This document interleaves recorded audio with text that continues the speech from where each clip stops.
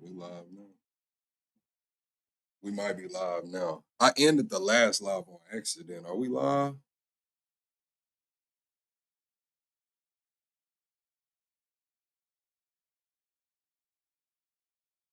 All right, yeah, we live. We live. We live.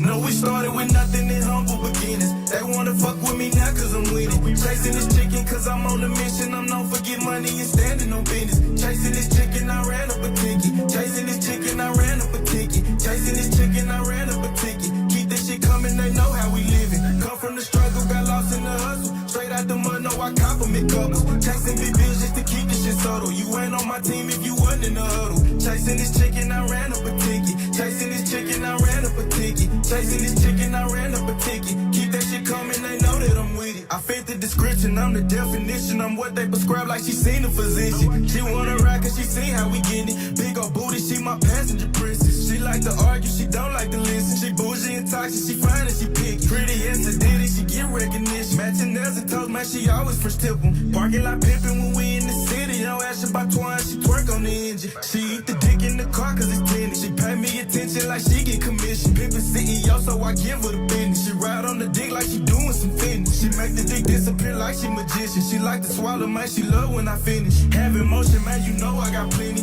Bitches choosing cause they know that I'm winning. See some thousands, now I'm after some millions. So all my houses come with chandelier ceilings. Pillow talking, man, that shit just ain't in me. Keep it pimpin', I can't do no pretending. Jealous hearted, man, you know I ain't with it. Cuffin' hoes, I can't do no commitment. No, we started with nothing in humble beginnings. They wanna fuck with me now cause I'm winning. Chasing this chicken cause I'm on a mission. I'm known for get money and standing on business. Chasing this chicken, I ran up a ticket. Chasing this chicken, I ran up a ticket. Chasing this chicken, I ran up a ticket. Keep this shit coming, they know how we living. Come from the struggle, got lost in the hustle. Straight out the mud, no, I compliment couples. Chasing big bills just to keep this shit subtle. You ain't on my team if you wasn't in the huddle. Chasing this chicken, I ran up a ticket. Chasing this chicken, I ran up a ticket. Chasing this chicken, I ran up a ticket. Keep that shit coming, they know that I'm with it.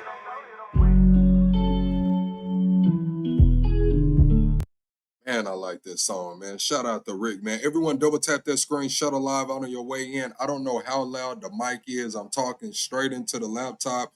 I'm not at the studio, as y'all can see, but we're gonna have a live stream, a daytime stream. A lot of y'all say that y'all don't get to catch me at night. So here we are with the daytime stream, man. Double tap that screen, shut a live out. Y'all know what time it is. We are still in intro mode, baby. We still in intro mode, baby. I'm a saint, but I sin. I checked in the game to win. I left, she loving me again. I let her cry out the bins and they say time heal. I still feel like it was yesterday. I was moving fast, probably too fast to even catch the play. Spent the night, she pack a bag, right to me, just getting gas. Cover bag, I want it bad. I'ma touch it first, eat it last, it's temporary. Holly damn emotion said it's temporary. My pain deeper than the ocean. Temporary feelings mixed with temporary pleasures. All these temporary moments and these temporary treasures. Temporary circumstances to temporary measures. Temporary friends and even temporary schedules. Temporary smiles and temporary goals. Temporary women sliding on temporary poles. Temporary comments and temporary trolls. I just pray that God bless me. Ain't no temporary souls. I'm a saint, but I sin. I checked in the game to win. I left, she loving me again. I let her cry out the bins and they say time heal. Mine still felt like it was yesterday. I was moving fast, probably too fast to even catch the play. Spent the night, she pack a bag, right to me, just getting gas. Cover bag, I want it bad. I'ma touch it first, eat it last, it's temporary. Holly damn emotion said it's temporary. My pain deeper than the ocean. All right, chat. Double tap that screen, shut a live out, man. Double tap that screen, shut a live out. Where's the tag? Where's the tag? Let's go and get this show on the road, man. Welcome to the greatest damn show on YouTube. That's what I'm talking about. Hold on. Welcome to the greatest damn show on YouTube. Oh man, double tap that screen, shut a live out. What we doing this today, chat? What we doing today, chat? Double tap that screen, shut a live out, man. They saying Trump versus Axios, and we exposing the myth of black fatigue. We got Steven Crowder and the self-hating Cartier family. As y'all can see, man, what I got up here right now is the book that I have released. Well, it's not out yet. It's finished. But we're gonna release it on next week. So we're doing pre-orders right now. I got the link on my community tab. It's called OA, Organized Action. The I can't really see it right here. I can't really see it. Oh yeah, it's the framework for a modern political movement, man. It's called OA, and it's the framework for a modern political movement. In this, I cover a lot of different things in this book. I'm not gonna lie, chat. We're gonna cover identity, language, infrastructure behind every political movement. It's really just a modernized version. I took what we did with the art of organized action and I put it into a political framework. So if y'all want to support the channel, y'all be sure to get over there to the pre-order list. Get over there to the pre-order list. Mama Money and a few others have already jumped on that pre-order list, and I do want to appreciate those who have. Let's get into the show. Steven Crowder, he did a sit down with the Cartier family. Then he did all these fights for the troops, and he also did coaching, and he gave all of his money for the exhibition fights to the whatever Army, Navy. Here we go. This is Steven Crowder. He did a sit down with the Cartier family. Now, I don't know much about the Cartier family, but from what I've seen, they're kind of like Officer Tatum. They're kind of like the Jason Whitlocks, you know, the self-hating niggas. You know, the niggas that really hate that they were born black. You know, they sit around, talk about niggas all day, talk about the worst of the worst when it comes to the black community. So let's see what Steven Crowder and the Cartier family have on this episode. When people say, oh, it's not black enough. Like, okay, you go to the Temptations, you go to the Supremes, you go to, I mean, Diana Ross, Aretha Franklin, right? Like all this stuff where it was great music. I mean, Benton Harbor, my dad's from Detroit, right? Motown. In other words, we objectively, and you can even go back further. You go to Johnny Mathis, you could go, I mean, Nat King Cole. And then it's like, but that would be considered too white today. And white people go, wait, hold on a second, wet ass pussy. Like, this is awful. It's And this is at a potential presidential rally. Yeah. These are two very different cultures.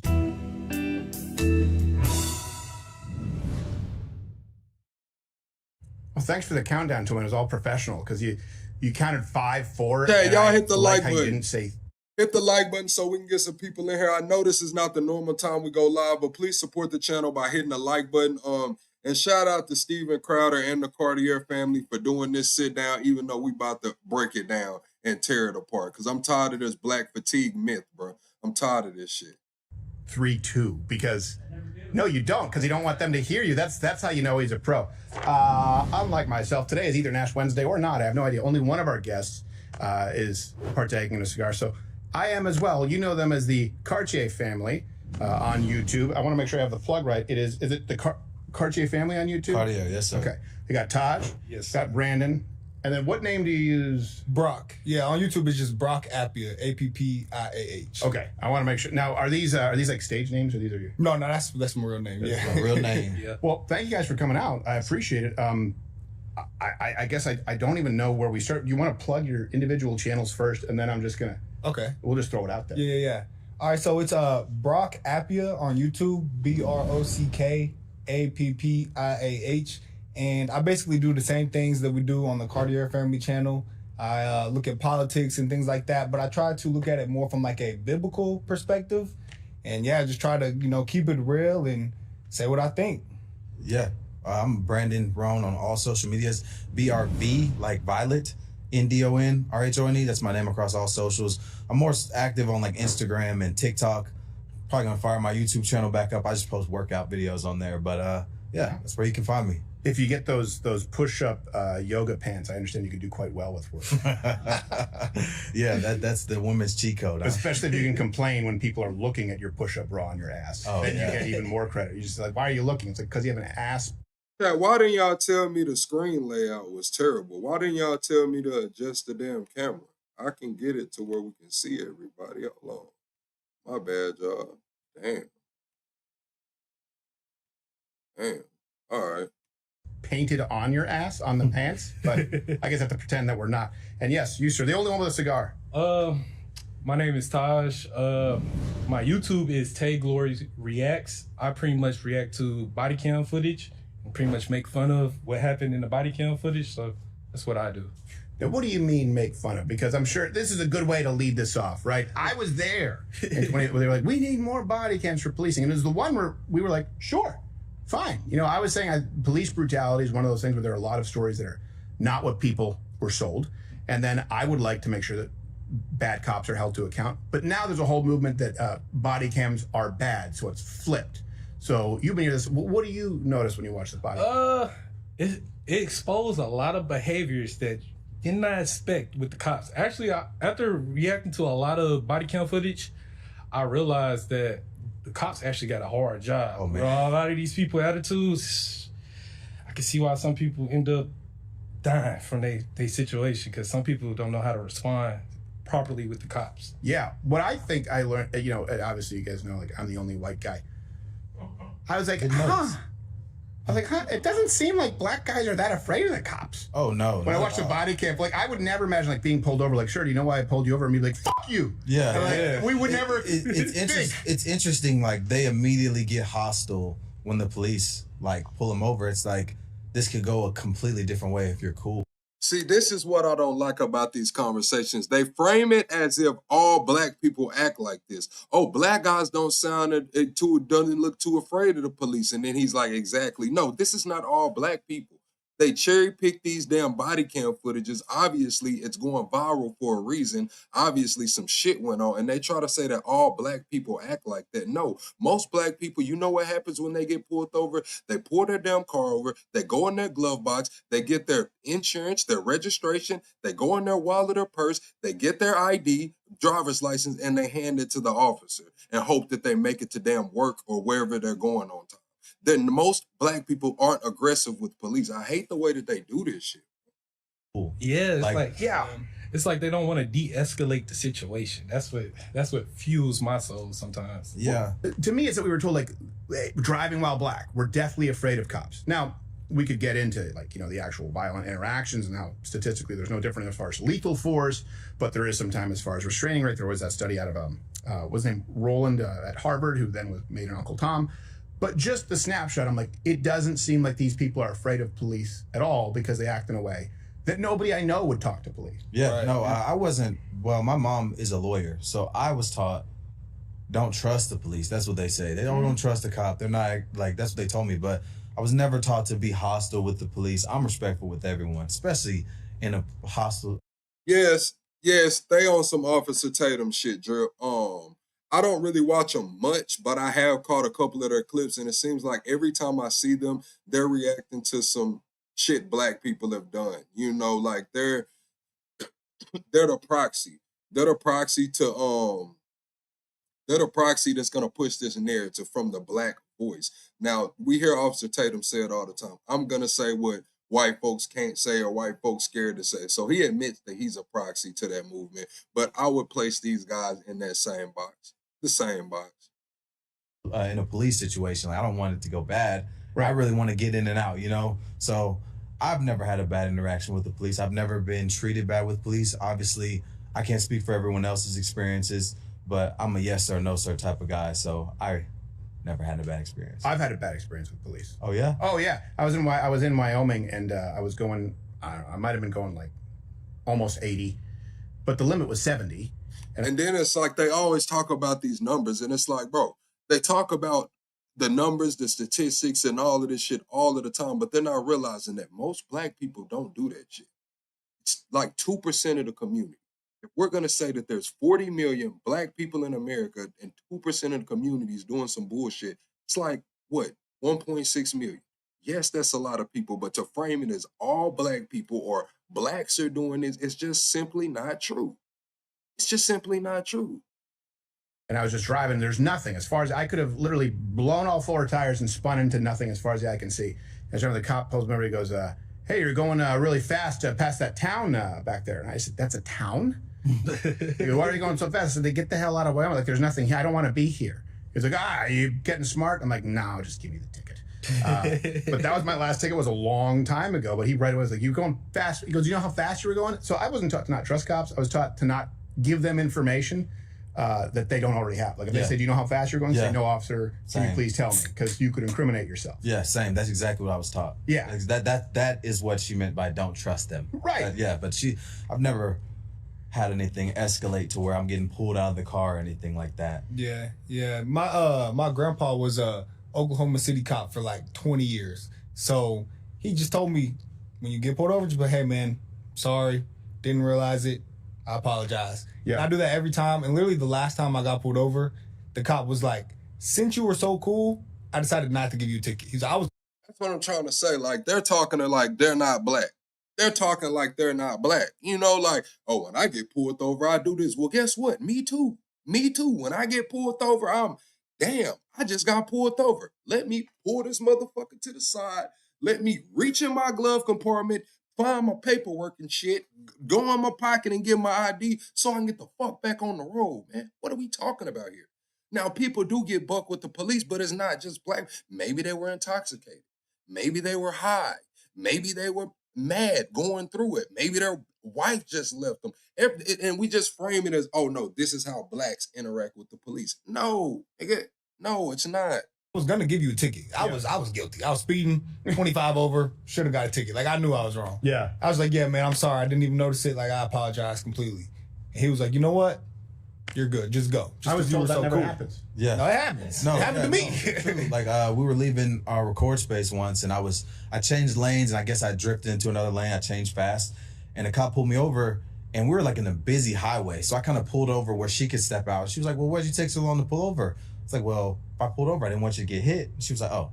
She took my ID, and she's like, "You know what? Just go." Yeah, she's like, Just "I don't be need your careful. info. As a matter of fact, here's my number for being such a Yeah, I was like, well, it wouldn't be safe if I got out. You might get hit. She was like, Now, I've dealt with police officers that were cool as fuck, and I've dealt with fucking asshole police officers. I've had police officers send me on my way like, "Hey, look, man, I'm not even going to write you a citation today. Go on about your business." And now I've had officers spit on the ground, look me in my face, and tell me, "Don't come back to their county again." Straight up. And didn't get anything. Didn't get a ticket, didn't get a citation. They're mad because they didn't find it. Don't come back to my county again. So I've had it on both sides. But guess what was the same? Remained the same in both situations. I acted fucking accordingly. I went in my glove box, got my documents, gave them my damn driver's license, and it was what it was. "Oh." She paused and she like took my ID. She came back. She's like, "I'm getting another call. Just go." I was like, "All right." Should have got her number at that point. Yeah, she was good looking. I won't lie. She was a nice Latina cop. Yeah, well, Latinas, that's the great uniter among all men of all racial makeups. Latinas, yeah, no yeah. problem. In a good way, sweetie. Hit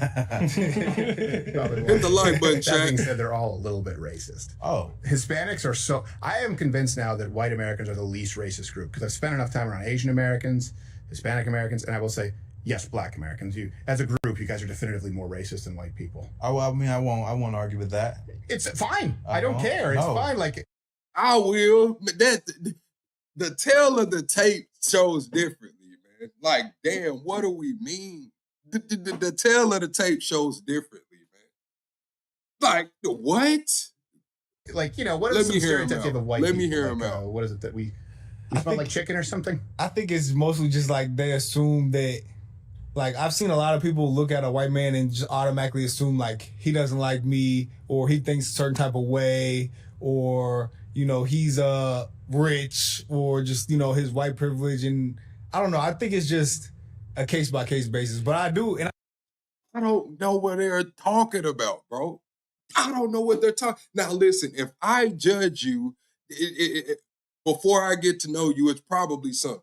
You probably got a big Confederate flag flying around, man, or some shit like that. Just like me. If I jump out looking or dressed in a certain type of way, you'll probably be like, "Hey," you know what I'm saying? That's what it is. But to say that black people are more racist than white people is damn crazy. It's damn crazy. It's damn crazy. I don't judge white men. When I see the white guy with the jacked up fucking truck on the fucking 32s and the big spotlights and shit, I don't look at him and no fucking different. than I do the white guy that's riding down the street in his damn Toyota Tacoma.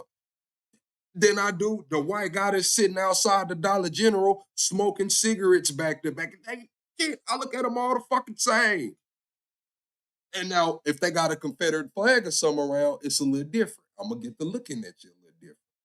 And I do think, especially like in the South, with women, like I know black people are like a lot of times taught like don't bring no white girl home. You know, Yeah. I remember the first time I heard that, I'm like, well, what if the roles were reversed here? And then you would say that person is a racist. Yeah. But you know what used to be crazy back in the day, even on like movies and everything, they used to portray white people as the. But that's another falsehood. That's not true. Now, there are some black nationalists out here that will tell you, don't bring a white girl home. But guess what? That same white girl that they said don't bring home, she gonna be at the family reunion. They're gonna hold a baby shower for her. They're gonna babysit the damn kids. They all gonna take pictures together. They're gonna be cousins and shit. When the situation is reversed, you don't see all of that going on. Motherfuckers get what do they call it? Kicked out of the family. Motherfuckers get disowned and shit. But when it's the black community, yeah, there are some people that will say some shit. I'm not gonna run from that. But they still gonna accept the baby. They still gonna be at the family reunion. Everybody that's black knows at the family reunion, it's gonna be 2 or 3 white people there. It's gonna be 2 or 3 white girls. Your cousins, maybe some of them you might have 10 or 12 white girls there. But it's not like they not finna pop out at the family reunion. Chill out. Cut it out. Friendliest people. Yeah. Like even like Dave Chappelle, Cat Williams, back in the day, they used to say, if I had a white friend, I know he's gonna call, make sure I get out of jail. They're white guy voice. They're like, man, you guys are killing us. Like, but why is your white guy voice always like this? Well, gee willikers, I certainly want to go. Like, you guys don't think. How about this? Let's just be real. A lot of black people are taught. A lot of black men are taught that white men are weak. Right? We're easy to punk sometimes. I've actually never been. I've heard you say that one time on your show. No, it's not that we think white boys are punks or easy to beat. It's just that the historical context puts it in your mind that you can't get whooped, and you damn sure can't get whooped by no white boy. That's all it is. It's the history behind the beatings, the getting hit with water hoses and all of that. It's the history behind it. I know some white boys that's not going. Go knock niggas out. Go knock white boys out. Go knock Mexicans. They just not going. It's some white boys not to be fucked with out here. Straight up. And niggas know that it's a few white boys that's not to be fucked with out here. Nigga, they grew up fighting. It just is what it is. It's just the historical context behind it. Like, hey, get your ass whooped, man. Don't get your ass whooped by no white boy. I thought that was interesting. I actually have never met any black men that have been taught that, interestingly enough. Okay. I think that may be like a thing because, you know, among a lot of black guys, they kind of are taught, or maybe it's not even taught, conditioned to be tough, be hard, you know, and white guys aren't. So that's true. Like, because I feel like white people are more comfortable in their own skin. Like, man, it's this one white boy I know, 2 of them that I grew up with. One of them name was Josh. And when I tell you, Josh was knocking out damn near everything in the hood, bro. Josh was not to be fucked with. We ended up finding out that he was getting abused at home. Like, his dad was beating the shit out of him, and he ended up smoke. I think he smoked his dad, and then he blew his head off. I think on GTA. I think he ended up smoking his pops and then taking his own life as he got older. But growing up, he wasn't to be fucked with. He was one of those white boys that was gonna beat your ass. Another white boy that was gonna beat your ass is this white boy named Dylan. Now Dylan was gonna beat your ass too. Dylan grew up in the hood though. Josh grew up in the hood too. But Josh grew up a little different than Dylan, you know? if he's not like a tough guy, he's not going to try to be one, you know? Yeah. So I think a lot of guys who try to put on that tough guy bravado kind of interpret that as, oh, he's a pussy. You know, I've never been taught that, though, like explicitly. Yeah, it could just be with a Hodge one said like, yeah, we used to call it white boy punk, and we're like, we take their sneakers, or Sega Genesis, and take it all. Just for, you know, I do see that. I ain't gonna lie, I do see that a lot. Yeah, for sure. Yeah. Well, let me ask you this. But see, this is the thing. I've seen shit like that happen too, but it wasn't just targeted towards the white boys. It was targeted to whoever they thought was pussy. If you was black and you had some shit they wanted, they thought you was pussy, they would probably take your shit. That shit didn't discriminate. A thief is a thief. A bully is a bully. Straight up. They want to take your shit, they gonna take your shit. You better be able to defend it. Do you think this gets better? So we were just covering not too long ago Killer Mike on the show, which, by the way, if you want to be ambassador for any community, having Killer as the first name doesn't help. Yeah. But the shit he was saying about Asian Americans. I just saw that. I literally just saw, oh, we can't mess with y'all because of the Rick Child situation, da-da-da-da. It's interesting, though, because I actually saw a clip of the lawyer who represented Rick Child, black guy. He was like, I knew within a minute I could get Rick Child off. He was like, don't bullshit with me. Tell me what happened. Yeah. Woo, woo, woo. And he got him off. And it's interesting Hit the like because button, chat. these same people are looking at that case and they're like, oh, like he chased a kid out of the store, which I don't really agree with him chasing the dude out of the store. Right. But it's like, Man, I used to have an Oakland A's hat like that almost, man. I need another Oakland A's hat. like, why does a 14-year-old kid have a gun? You know, that to me is a question that is gone unanswered. And then you look at the jury, 5 black people let him walk. So you're telling me that a black lawyer represented this guy. You got 5 black people, men and women, on the jury, and they all let him walk. And you're mad at the outcome, but we're not looking at the circumstance. Now, again, I don't agree with them chasing him out of the store. No, I which was understand. crazy, especially when you watch the footage. Like, he put everything back. They're like, empty your pockets. He didn't empty his pockets because he had a freaking gun in his pocket. So Yeah. it's like, this is just a recipe for disaster. Yeah, I totally disagree with that. He didn't steal nothing, so he shouldn't have been questioned. He shouldn't have been asked to empty his pockets, straight up. Whether he had a gun on him or not, he shouldn't have been asked to empty his damn pockets. He didn't steal nothing. They should have left him the fuck alone and let him walk out of the store.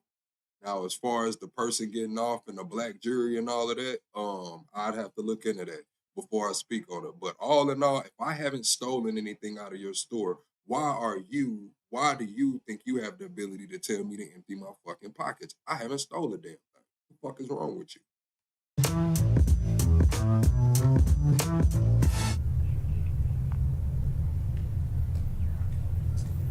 Yo, what up, fam? It's your boy D-Day, and we out here. Know what I'm saying? Keeper, who's obviously been strong-armed and robbed quite a bit. Quite a bit. His patience has run out. The kid has his hands in his pockets. So as far as he knows, like, that's a trick, right? I have nothing in my pockets. Well, you're not emptying your pockets. Chased him, gun turner. I mean, I don't know if you know, but Chow actually was trying to save. That's the thing, though. Doesn't Walmart have like some shit against this where they can't chase you out of the store and do all of this, bro? You thought this kid stole some fucking water and you chased him out of the store. Are we gonna, before we even get the, oh, he didn't empty his pockets because he had a gun on him and shit, man, so fucking what? Yeah, he was a little too young to be carrying this shit. But for his purposes of you chasing him, you said he was stealing, he didn't fucking steal. You should have left him alone. You should have had better security. Maybe you need to integrate some damn AI systems into your camera footage. You should have left his ass alone. Save him by sucking the vomit out of his mouth, performing mouth to mouth. Really? Yeah. He literally, like, he was on the phone with the ambulance, or his son was, while he was performing mouth to mouth, and he was actually sucking the vomit out of his mouth to try and get him air. Like, that's not someone who's a cold-blooded killer. That's someone who probably got scared, shot, and like you said, if you look at the facts of the case, you look at the jury, but it doesn't matter. And this is the thing with someone like a Killer Mike, where he then uses that to translate, and he says, you know, we don't fuck with y'all, and you, which, by the way, is such a stupid way of speaking. Like, fuck with somebody used to mean. And my stance is it applies to everyone, chat. I don't give a damn what race the store owner was and what race the person that was accused of stealing was. If they didn't steal anything, they have no obligation to empty their fucking pockets, bro. No obligation. As a fucking man, I'm sitting here thinking of me walking out of a store or trying to walk out of a store and a motherfucker telling me to empty my pockets when I know I haven't stolen anything, man, out of this fucking store, bro. Like, what? That's a, bro. Listen, I'm just gonna keep walking my damn self. Like, bro, look, I ain't stolen nothing. Go check your system. I'm just gonna keep fucking walking. I'm not, hell, To you're mess not with them. finna violate me in this bitch. You're not finna violate me, strip me there, have me emptying in my pockets and shit, man. What's up, me too? Hell, Now it's like, now it means like, oh, we'll Coca-Cola. I'm like, this is just, words mean something. Yeah. But, and then he tries to say that Asians think they're above blacks, and that Asians take advantage of the black community because they won't open up shop in a, you know, the real masterclass neighborhood. It's just not true. Asian business, they make up a lot of thank business. you, me too. And they predominantly open up in white suburban areas, restaurants, nail salons. This is not true. Yeah, They're not taking advantage of the black community. Yeah, no. So I actually, my tattoo artist is an Asian guy in Houston, and he's in A-Leaf, which is a notoriously low income, dangerous neighborhood. And he's a cool dude, man. Like, he's always been cool to me. We have good conversation, talk about his family and stuff. Yeah. Like, we have a good relationship. So it's interesting to me how people act like that Asian people just hate black people. I've never experienced that. Now, I do understand that they probably are cautious. Yes. He gonna say, F the history, get over it. Or what? Or what? What if black people don't get over the history? Then what? What?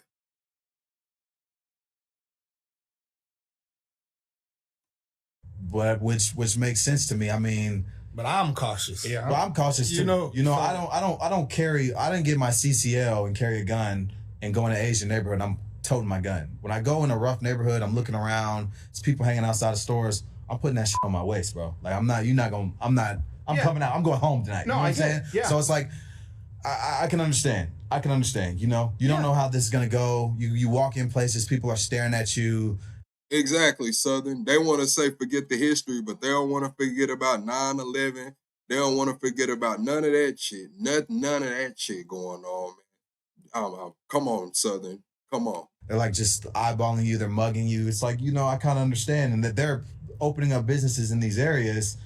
Obviously, like, their perception may be warped. Yeah. Yeah. Well, that's the thing is, that's also why I wanted to have you guys on, because you're not necessarily political activists. I know you address it biblically, kind of more culturally, but and I appreciate you guys watched the barbershop installment that I had done, and I think you were very fair minded about it. I think you guys get it. Like, when the term black fatigue is a term coined, but it just means that not all, but at a certain point, things have gotten worse since the 90s. Like, I will tell you, I grew up in as close to a post-racial America. We didn't think most recognizable faces: Michael Jordan, Mike Tyson, Michael Jackson. So I'm like, you guys got 2.5, basically. But and then that switched to Will Smith, right? Most beloved actor was Denzel Washington. The shows, Fresh Prince, Urkel. Like, we grew up, and it was just something where if you watched black. And that's the thing. That's Steven Crowder trying to give us a falsehood of hope. This is what you call a falsehood of hope, chat. You got to recognize this shit. Everybody that he named was a shut up and dribble ass motherfucker. Shut up and dribble, shut up and box, shut up and sing, shut up and dance. It was one of those. Nobody of don't get me wrong, I don't want to take anything from those people, but nobody in academia, nobody that's going out making the differences or changes in infrastructure. Everybody he named was somebody that's either gonna shut up and dribble, shut up and sing, or dance. And this is the thing. This is the thing. Television.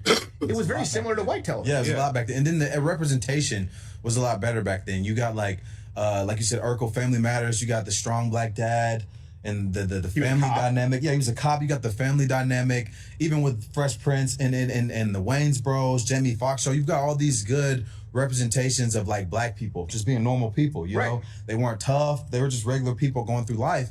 And it's like, I guess the perception has changed because now you've got shows like Baddies, where it's predominantly black women that are just straight up aggressive. It's trash. It's bad. I can't watch that. It's crap. awful. I don't even know what show. Where does it run? You'll never see It it. runs Don't worry. Zeus Network. Everything that comes out of there is toxic, in my personal But opinion. what's the network? Zeus.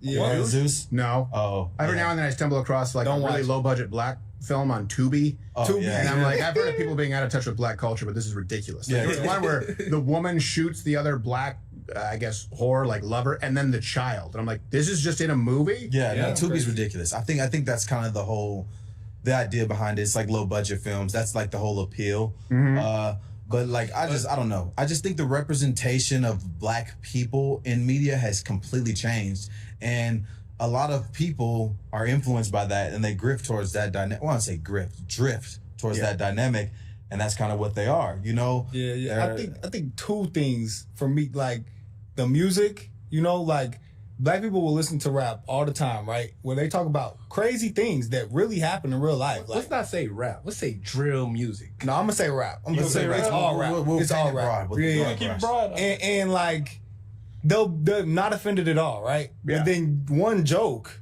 offends you. See, this is the thing. What we're gonna get on here and talk about is food. You say food stamps, rapping, free housing. Are we not like this is the way that they frame this shit. Like, they're not gonna tell you the accomplishments of black people, like how black women were buying more homes than any other rate or any other demographic over the last year. They're not gonna tell you shit like that.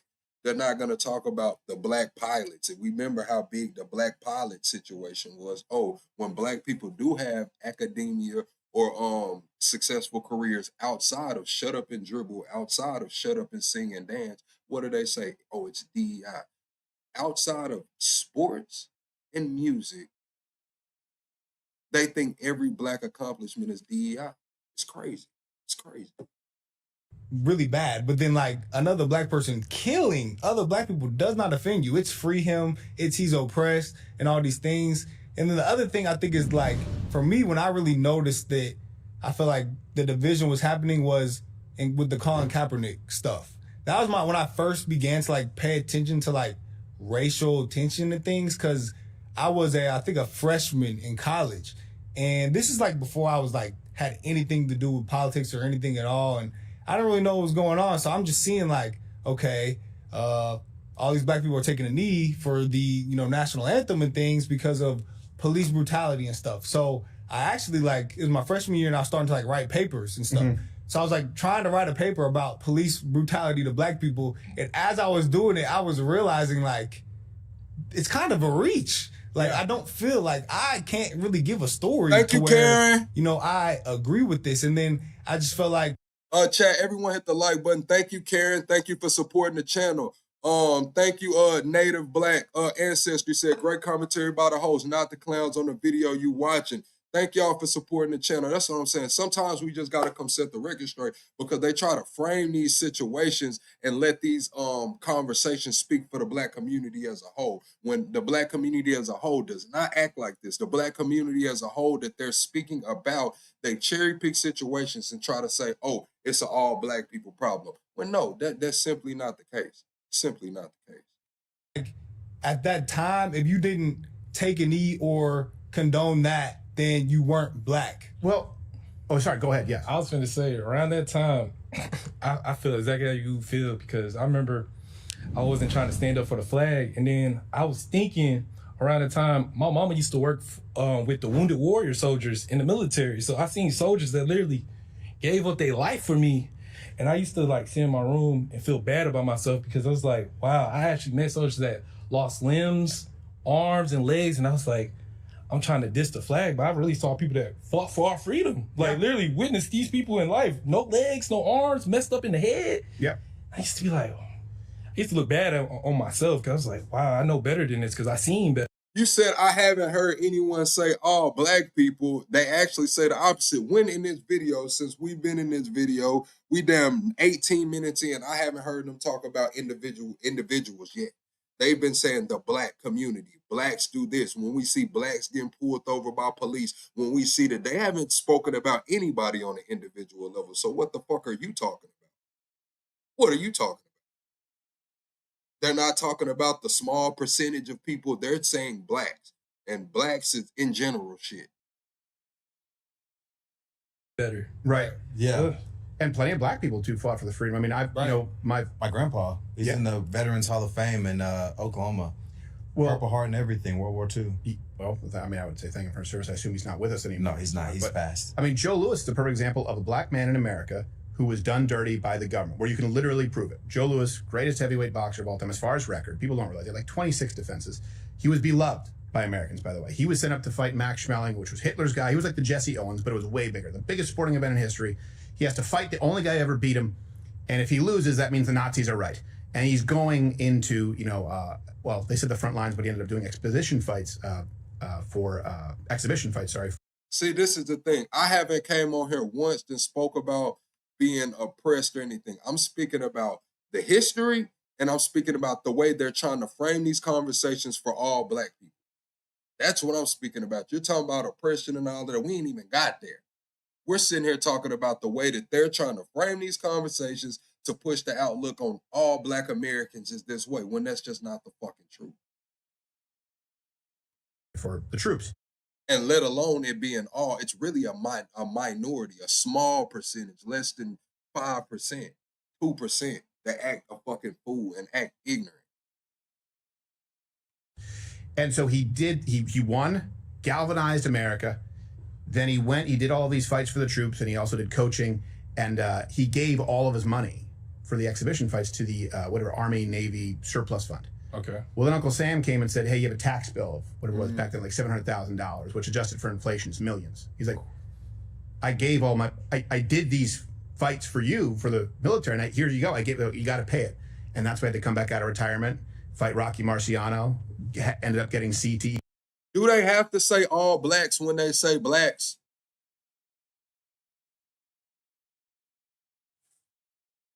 When they say blacks, they're generalizing. Do they need to say all blacks when they say blacks?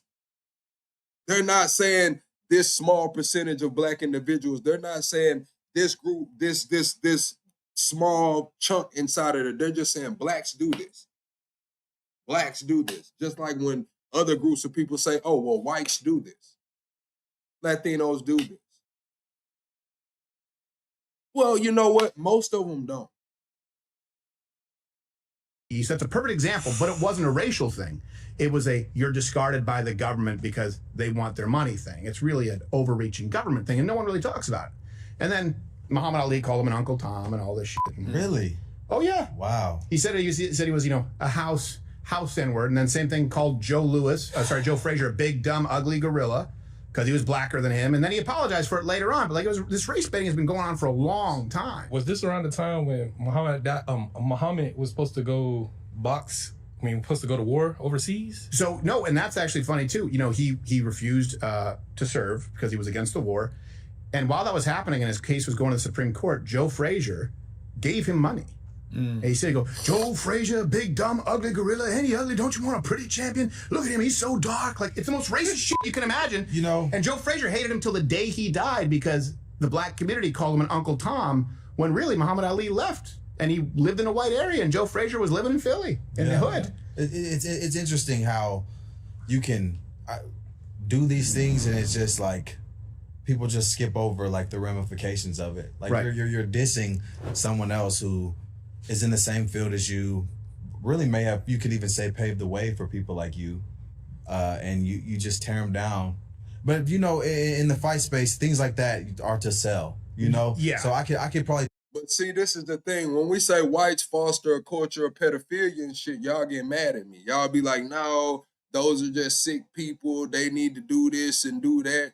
When we say that the LGBT community was pretty much brought forth by white people, y'all be like, no, you don't say that. It's just those people are. But when it comes to blacks, we can just say what the fuck ever. It's crazy. I chalk that up to that, but I don't know. But he was allowed. We did a whole special. He was allowed as a hero, Muhammad Ali. What they don't tell you is he endorsed Ronald Reagan and campaigned for Orrin Hatch, the crazy white conservative Mormon. And he said, I was wrong about all the stuff when I was younger, the racism. He said, Ronald Reagan believes in God. That's good enough for me. We need more God in this country. So they paint the civil rights icon, which is when he was young and cheating and philandering, right, in Nation of Islam. And they ignore the second half of his life, which was the redemption, where he actually, started finding common ground, was very good friends with Donald Trump, actually, presented Trump with an award. And no one knows this about him. Speaking of boxers and Trump, did you see the backlash Terrence Crawford got for just taking a picture with Trump? Oh, I didn't see how far it went. Was it really bad? It's horrible. It's insane. Oh, it's so horrible. Insane. It's like okay, a sitting president comes up to you, hey, I'm a fan of you. I like what you're doing. Obviously, Trump's a boxing fan. It's historically documented. Of course. And now just off the picture alone, people are like, oh, you're a sellout, you're a coon. There's a quote he had that went viral. He was on the Pivot podcast speaking with some NFL guys, and Channing Crowder was like, oh, $15 million, you can have my soul. He was like, now we know your character. Now people are ripping Terrence Crawford like, oh, now we know your character because you took a picture with Trump. It's like, come on, bro. Also, not only is Trump a boxing fan, do we all have to act like we dreamt the fact that all these hip-hop artists would quote, reference Donald Trump all the fucking time, and Donald Trump was never seen as a racist? Exactly. You said don't be a hypocrite now. You can insert blacks do this and blacks do that. That's what's going on. That's what this whole fucking live is about. That's what I'm addressing right now. You not read the title to this motherfucker, man? That's why we're here. He was seen as an icon. He was involved in Arsenio Hall won the first Celebrity Apprentice. Only when he ran as a Republican did all of a sudden he become a racist. Rappers loved Trump constantly. Yeah, they was talking about being in the Trump Hotel back in the day. I know. That's why we have to act like, oh yeah, no, you're right. We've all, and now that guy is seen as an uncle. And this is the problem, right? this is where when people talk about fatigue, it's like, it feels like, I've described it this way. People, it's not genuine. People walking backwards, laying down landmines. Only now there's no more land, it's just mines. Where it's like, oh, so we used to be able to find common ground and say, okay, this is wrong, racism was wrong, okay, this type of behavior is wrong. There are some white racists out there. But now they're going, wait a second, you like Trump, you're a racist. It's like, but you liked Trump. You were okay with him 5 years ago. And it just doesn't feel genuine. It feels like a catch, like a gotcha. 100%. Yeah. I just think the whole liking Trump thing, it's like I wouldn't even say like I have to like him. He's the president. I want him to do a good job. He's leading our country. Right. I would say my political philosophy is more like I want America to be in the best place because this is where we live. I want the citizens to have the best opportunity, and I want us to be good. I want everything to be in our favor as citizens. So based on I agree with him on that point right there. The guy with the hat. the election stuff through the election, I thought Trump was the best option based on that philosophy alone. Now, Kamala Harris didn't speak to you as a black American man? man, the whole Tell him about the Fox News. He man, he he clipped went us on YouTube because he called Kamala the B word. They put it on Fox oh News. my God. I called her a bitch and put it on a poster. It wasn't even like I was. See, when I say that I agree with him right there, it's kind of like this. Trump is the president. It can only get better or worse. I hope it gets better. Straight up. He's already in. They're not going to invoke the 25th Amendment. It can only get better or worse. I hope it gets better, of course. Shit. Calling her a bitch directly. Like, she, like, you know, everyone who watches politics and you follow it, she kind of danced around questions. She was getting softball interviews, same thing over and over and over. And it was to the point where I was like, okay, answer the question. Answer the question. I was like, answer the question, bitch. Yeah. And they put it on Fox completely out of context. And I was like Fox was trashing you? No, they were rocking with They it. were rocking with What it. was the show it was on? It was on Gutfeld? Yeah. And I was like, whoa. You know, we got suspended from YouTube because we had a Kamala blow-up doll.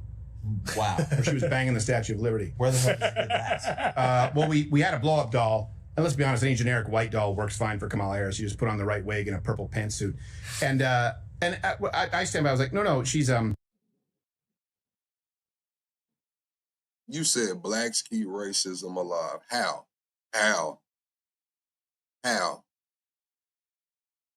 You're saying blacks are the sole people that keep racism alive. How? Without blacks, they're doing what they do, racism would just cease to exist. How?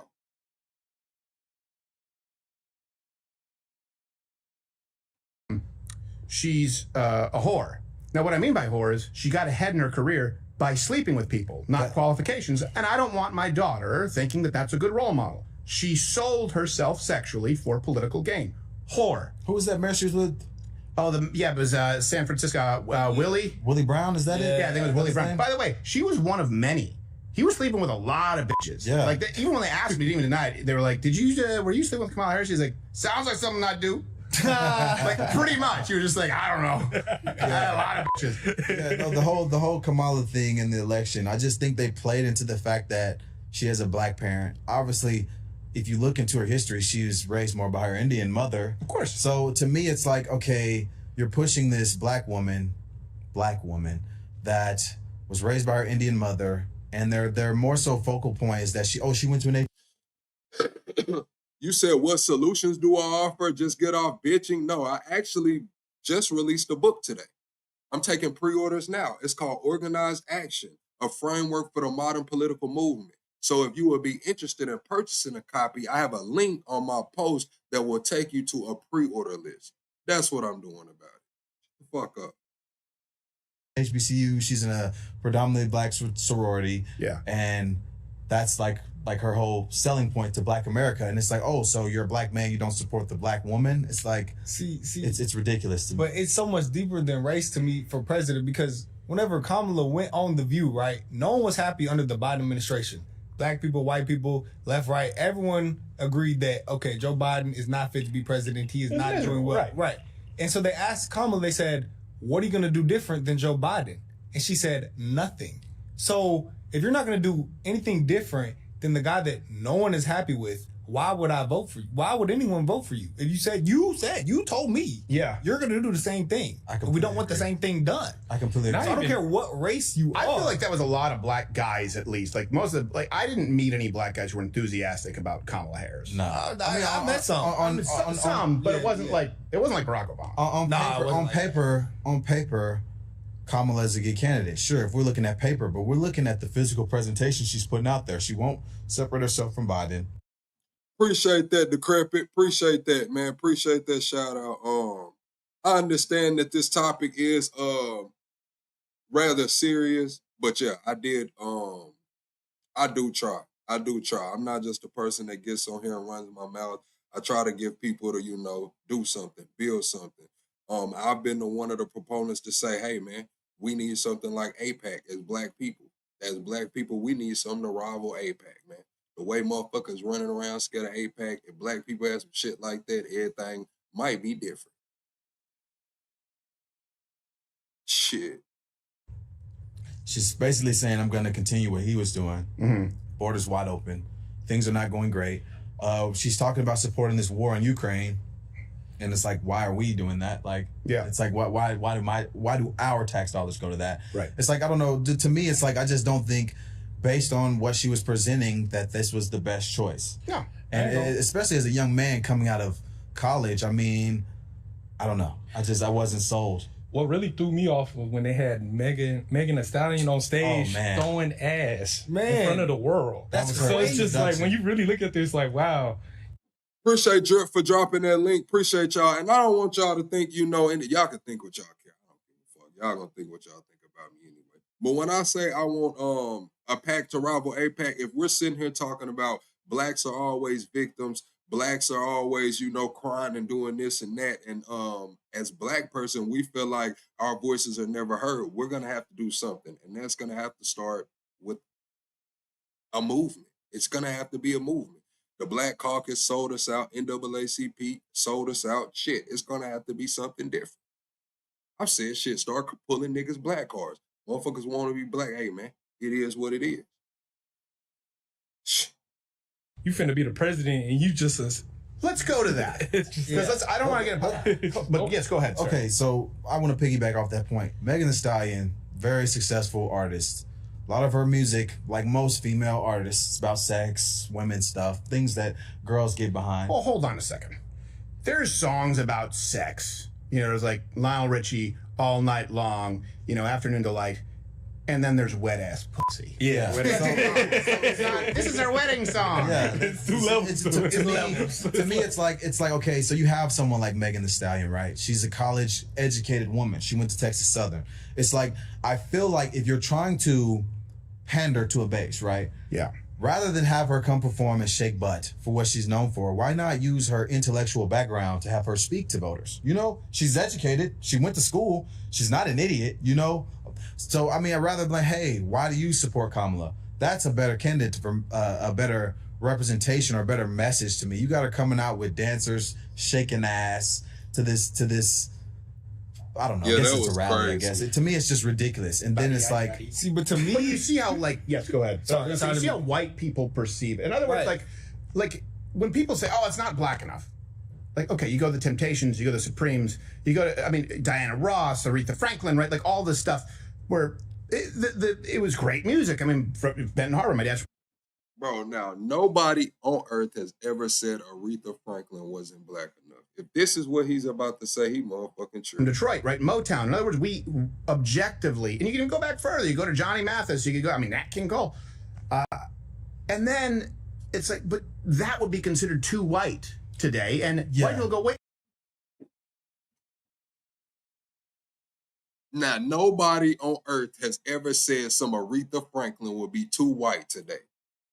Nobody on earth has ever said some Aretha Franklin would be considered too white. Ain't nobody on earth ever said no shit like that, bro. What the hell is he talking about? What? Wait, hold on a second. Wet ass pussy. Like, this is awful. It's Yes. and this is at a potential Hold presidential on, rally. man. yeah. These are two very different cultures. yes. That's Okay, true. well, I'm going to break it down for you. Like, you're referencing this culture of when we as black people we're presented with more respect. You know, people coming in suits, they're more professional. That representation is gone. Like that's not what we have in the entertainment space today. That's not what sells. Like if you look at rap music now, it's about women's rap music is about sex, pussy, all these things, being the Men's baddest is about bitch. murder. Yes, Men's about murder. So that representation is gone, man. So it's like when we reference these points, it's like who's making music now? So that our represents that? our perception of Will Smith was that he liked the ladies, and he also was a fan of Miami, perhaps getting jiggy with it. Yeah. But the point is, like, we watch, we're like, okay, now white people just don't blame white people. They go, well, hold on a second, you're a black guy. You might be a big fan of murder, because I always hear black guys in music sing about murder. Yeah. Oh, you're a black lady. You might be a slut, because I always hear black ladies sing about being sluts. What? Hold on, bro. What? Representation or better message to me. You got her coming out with dancers shaking ass to this. If he thinks that about the black lady, like, has he not heard what they say about the white women in them songs? Oh my God. Has he not heard about what they say about? Oh my God. I don't know. I guess it's a rally, I guess. To me, it's just ridiculous. And then it's like... See, but to me... But you see how, like... Yes, go ahead. You see how white people perceive it. In other words, like when people say, oh, it's not black enough.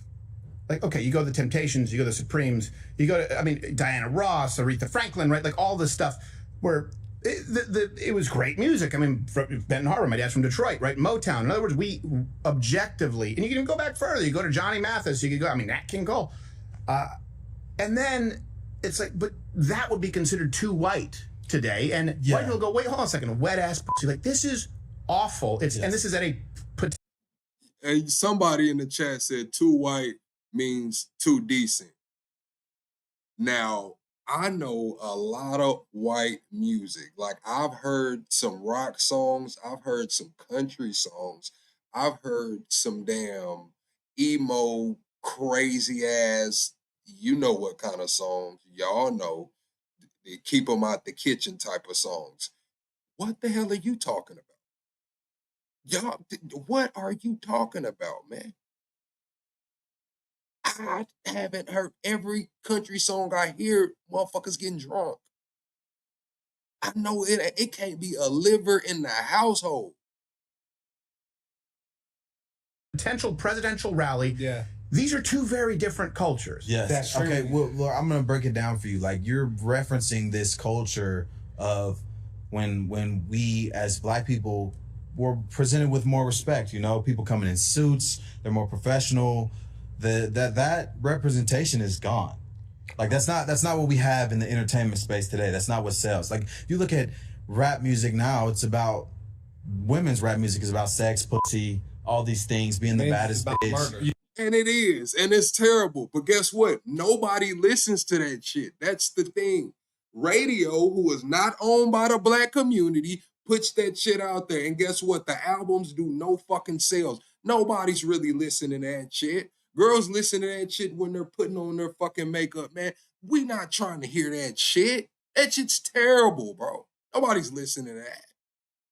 Yes, men's about murder. So that representation is gone, man. So it's like when we reference these points, it's like who's making music now? So our perception of Will Smith was that he liked the ladies, and he also was a fan of Miami, perhaps getting jiggy with it. Yeah. But the point is, like we watch, we're like, okay, now white people just don't blame white people. They go, well, hold on a second, you're a black guy. You might. Now, people have to understand why people indulge in the murder music. Now, I'm gonna be honest with you. I seen who was the academics kind of explained it one time.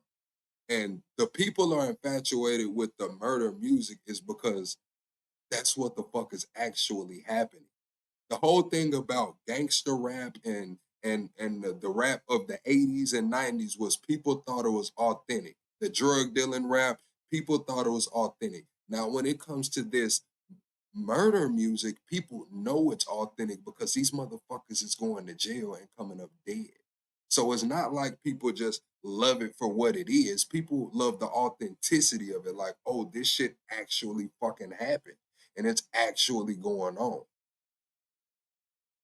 Might be a big fan of murder because I always hear black guys in music sing about murder. Yeah. Oh, you're a black lady? You might be a slut, because I always hear black ladies sing about being sluts. It doesn't mean all, but like you said, if it's what sells, and then at a certain point, white people feel like, well, wait, I'm allowed to say, I don't want that around my kids. I don't want to raise, that's a bad culture. And But that's the thing.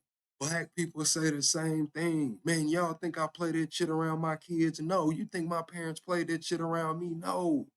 Now, some of these people do play it around their kids, but that's what I'm saying. That's a minority. That's the people that post the shit on the internet to go viral. They know what they're doing. They're trying to make a check off of their children. That's, in all honesty, they want to make a check off of their children, and they're doing anything to go viral. Majority of black people aren't like that. We not doing that shit, and we damn sure not finna record our kid. I don't even post my damn kids. And then black people go, well, it's our culture. And so then white people are going, well, if it is, then I guess we kind of need a divorce. That's what black fatigue is. I wouldn't and even I say don't it's think our that they're wrong culture. for I'd that. say that's the subculture. No, but it is black culture. It bro. is, Keeping but it that real. is the mainstream black That is culture. 100%. Yeah, that is true. It's mainstream black I think that is 100% black culture. Rap, you think about rap, music is like the peak what shows what the culture is. And it is so derogatory, so bad, like, And then we gotta think about it again, like this music that they're talking about that's running black culture. This is for a certain age group of black culture as well. Like, this is the YNs. Nobody grown on that shit, man. This is the 24, 25 and under crowd. So we're gonna let the 24, 25 and under crowd speak for 70-year-olds, 60-year-olds, 50-year-olds. We're gonna let the 25 and under crowd speak for everybody.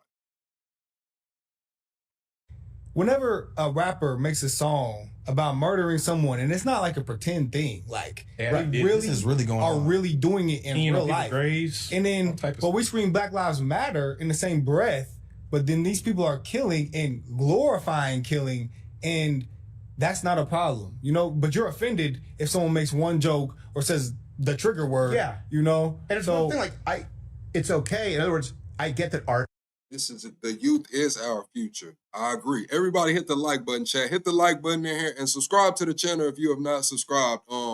Be sure to subscribe to the channel if you have not subscribed, and pick up a copy of a pre-order of the latest book, OA. The latest book, OA. Double tap that screen though for sure. But yes, this is about the youth, and we do have to focus on the youth. But we can't say that the youth speaks for the entire culture. They're a part of it. They are a instrumental part of it. But everybody grows up one day. They're taking it farther, and I'm not making any excuses for them taking it farther. But it was one day that, guess what? You just grew up. And you know the exact day that I'm talking about. Everybody in here can point to a fundamental shift in their life to where they just fucking grew up. Some of y'all, it was early on, before 18. Some of y'all, it was at 18. Some of y'all, it was at 23, 24. Some of y'all might still have not hit that moment, but most of us get it before like 25, 26. not everything is true. Like Alice Cooper, you know, he'd be decapitated on, or Marilyn Manson, or, you know, you listen to metal, I don't think that Ronnie James Dio was slaying an actual dragon. Like, I get it. But when it's all of the biggest hits and the artists, and it's continuous and it's thrust, and then you're blamed saying, well, I don't really think that's a good culture to have. It's like, well, then what are you, racist? That's where white people are going, I guess so. I guess so, if I don't want that blasting. but then they call us not black if we don't Right. rock with that. So you know, you guys must get it, right? Like, it's exhausting. It To is. me, it's just like rather. I just think the representation is a problem. Like, these are the people, and then when I say representation is the problem, I mean, like, this is what you're putting out to the world, right? This derogatory music, this music that paints you in a negative light. And these entertainers are the spokesperson for our community. These are who the kids want to be. This is who people look up to. This to them is success. So it's like, to me, I'm like, there's so much more than that. Like, we've got actors who are better representations. We've got actual politicians and people doing things that are better representations of that. But it's like, if like before we started, we talked about Ben Carson. Like this guy came from Detroit, a destitute single situation, mom, yeah. destitute situation, single mom, and he's one of the most successful, most educated black people to ever live in America. Easily. What did he do? The first conjoined surgery? Conjoined twins, Okay. yeah. Like what? Okay, Yeah, Cartier That's unheard of. family. And it's like, Okay. I'm getting the camera back up, but this guy right here, okay, we gonna give Ben Carson a shout out. Okay, they're not just kicking the backs of blacks in this whole show. At least he trying to keep some balance. Whoever this guy is. he's painted as a bad guy because he's Republican. It's Right. like, at what point do we cling on to All right, things now, that are Chauncey. positive representations for what you can accomplish in America, what you can be, rather than let these entertainers who paint us in a negative light But that's my be question, the though. spokesperson? Because why? What, like, in other words, we can, but I don't think it's Money. entertainers, because there's enough of a market where that is what speaks and what sells. And then what happens is you marry it up with, as I know you guys have discussed, crime statistics. But this is the thing. He's talking about what speaks and what sells. Like every other culture, and you don't see hip hop culture globally. Like you see the Asians over there doing Jabberwocky dances, listening to the music. You see the white boys coming around talking about they be gay, they be gay, they be gay, they be gay. You see, and you see the Latinos going to get the Edgars, man. The Edgar, that's a damn ball fade, man. What are we talking about? That's a damn ball fade. What are we talking about? As you know, if you look at interracial crime, it's just not even close. And literacy rates and fatherless households. And then you see it, you're like, well, is this the major market? In other words, are these entertainers responding to a market, or are the entertainers creating the market? But I will tell you, it's definitively worse than when I grew up in the 90s. Oh, it's definitely. Oh, worse. yeah. It's definitely worse. To me, the biggest thing to me, as a young man, is the fatherless homes. I mean, a home without a father is the biggest problem. Men need fathers. Women can't raise young men. That's just a fact. And it's not a dig on women's ability. It's just that a young man needs a male figure to try to be like. Men can raise women because they can protect them from predators. Women can't raise young men because they don't know how to teach them to be bridled predators. It's just, they can't do it. Right. And it's you take the father out of the home, and what do these young boys have to turn to? Like they see their mom working hard. She can't get ahead. She's doing all these jobs, and there's no dad there to steward this young man. And it's like, what do they turn to? They turn to this culture, the entertainers, the streets, these negative things. And that's why you got all these young men walking around angry, committing crimes. Yeah. There's no dad there. No one's there to whoop them, you know. See, I don't have problems with black conservative commentators. They label me a black conservative commentator, even though, that's just what they label me. I don't know. But I just don't like when they only talk about niggas all day. Like, there's some black conservative commentators that will never talk about the white community ever. They will talk about Muslims, and they will talk about blacks. They'll talk about Latinos, but they wouldn't dare speak on the white community. I don't like that.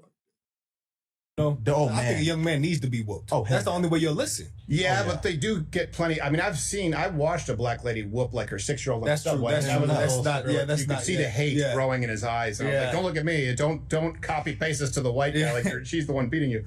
But you need to explain it. They need to be disciplined. Right. And we know Lyndon Johnson, right? Oh. Model cities. We go back. It systematically destroyed the black family, but it wasn't the only community that it was offered to. In other words, it's been rejected by other minority communities. Like we just went through Killer Mike and Asian Americans. Like I don't know if you know this, but the income rates and the poverty they didn't have Asian Americans back in the sort of civil rights era, like 60s. They had Filipino. That was a demographic they studied for some reason, but the broad strokes Asian. So black Americans, Filipino, the exact same income disparity with white Americans, about 40% less income. Wow. Now Filipino Americans, I think it's like 20-something% more than the average white American salary. Black Americans, still 40% less. So they started at the same point. And then we have to ask why. And the problem is if a white American goes, okay, well now I think we're at the point where what you're saying right now.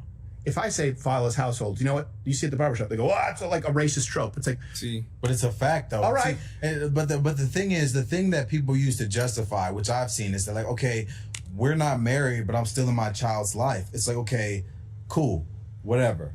But we have to look at the fact that there are a lot of men who are not in their child's life. And like, it even goes, you have to go back a few years, like the war on drugs. When drugs were introduced to the black community, some of the And then it'd be crazy how like Don't nothing be racist, and nothing is racist until it's a Muslim involved. Have y'all realized like that? That's the new narrative.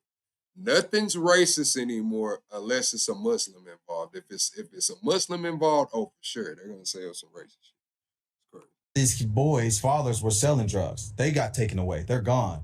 Now you've got a mom who has to work and put food on the table and be a mother, and she has to she has to make up for the father not being there. So she's working all these jobs. The kids are at home under whatever supervision. I can't speak to that, but you know, can I real talk? Because I feel like this report. Let's be honest. A lot of those moms don't work. And then, right, and that's a problem too. A lot of them don't work, and they have more kids because they collect checks, and they specifically don't want to get married. Sure. And this is one thing when I spoke with black men, they said, you know, a lot of us actually would like to be involved, but the problem is the women don't want us involved because they get checks. So I realize it's not all the dads are deadbeats. Yeah, it comes from both sides. No, and that's very true. But it's like, if I take it back to me, when I look at the broad stroke of everything, where did the problem go? You got all the drugs were introduced to these low income black communities. The black men saw that this was a good way to make a lot of money real quick. They cracked down. They put these men in jail forever. Now you got a kid who has no dad. His mom's working. What's he going to turn to? The streets. He's going to try to make that fast money. That's where the gang culture blew up. That's where the violence really boomed. See, but my question is, why did that only affect the black community, it seems? Because it hit the... It didn't. Because it didn't only affect the black communities. It affected all communities, but that's where you got police targeting. Like, don't get me wrong. We sit here and talk about this shit, but we gonna act like black folks was late on meth. Black folks didn't know anything about methamphetamines until like the fucking 2010s and shit. Motherfuckers have been pumping meth for decades, biker gangs and shit. So we can't say it only affected like it like, let's be honest. That's just the narrative they want to push. Niggas didn't know what the fuck meth was till like the damn 2010s.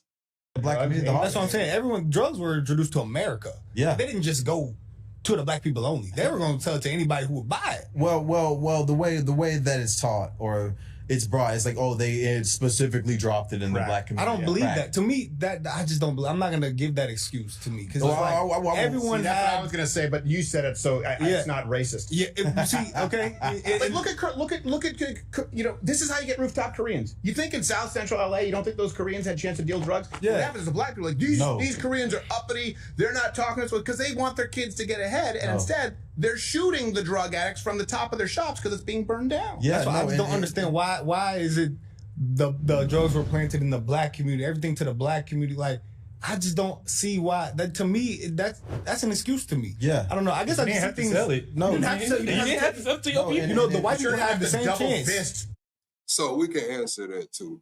Now, we can go back to the mob. You know, the mob was totally against selling drugs at all in their community to begin with. So just taking a look at that as a historical reference, we can kind of see why it went into the black communities predominantly.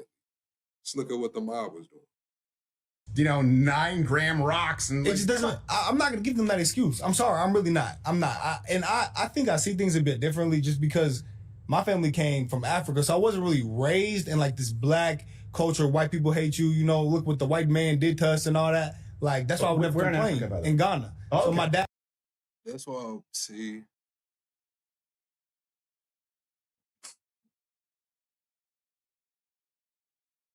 It makes so much sense. The drug addicts from the top of their shops because it's being burned down. Yeah, that's why I just don't understand why is it the drugs were planted in the black community, everything to the black community. Like, I just don't see why. That to me, that's an excuse to me. Yeah, I don't know. I guess I just see things. Sell it. No, you didn't have to sell it to your people. You know, the white people have the same chance. Fist, you know, 9-gram rocks and it just doesn't. I'm not gonna give them that excuse. I'm sorry. I'm really not. I'm not. I think I see things a bit differently just because my family came from Africa, so I wasn't. You damn sure right. You see things a bit differently because your family came from Africa, nigga.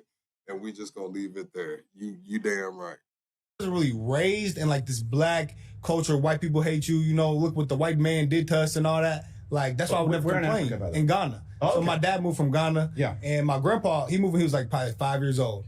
And my grandpa did like his story of how he got his whole family here is amazing. So it's like, why would I complain? Why would I go do these things and shit on what you did for me? Yeah. You know, like why my grandpa, he's never said the word racist in his life, and he moved here in like 1950. That's been my experience with more African migrants. And it is. Yes. It's-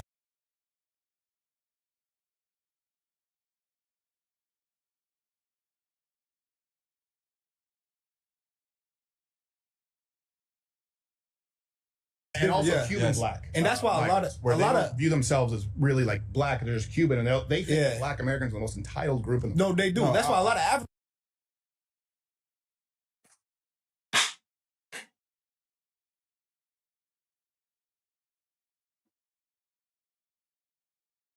This shit is crazy, bro. This shit is crazy, bro. But they mad at the FBA. They say FBA is wrong for delineate. He just said it. He just co-signed it. They look at the black Americans as the most entitled. They look at it like, so y'all are saying that y'all aren't us. We're different. We're different. That y'all but he goes all the way back to the 1950s with this shit. But they act like it's the FBA's fault. FBA started this shit. This is crazy. This is crazy. Africans and black people don't really get along that well yeah. because of that very reason. Like people will tell me, "Oh, well, you know, your dad's from Ghana, so you're not black." I'm like, "Okay, well, that's fine. I don't care." I'm just saying, like, what? my grandpa. I'm all black, Who I'm from handed the actual the homeland? What are you guys talking about? That's what I said. Like Yeah, no. all my grandpa's children.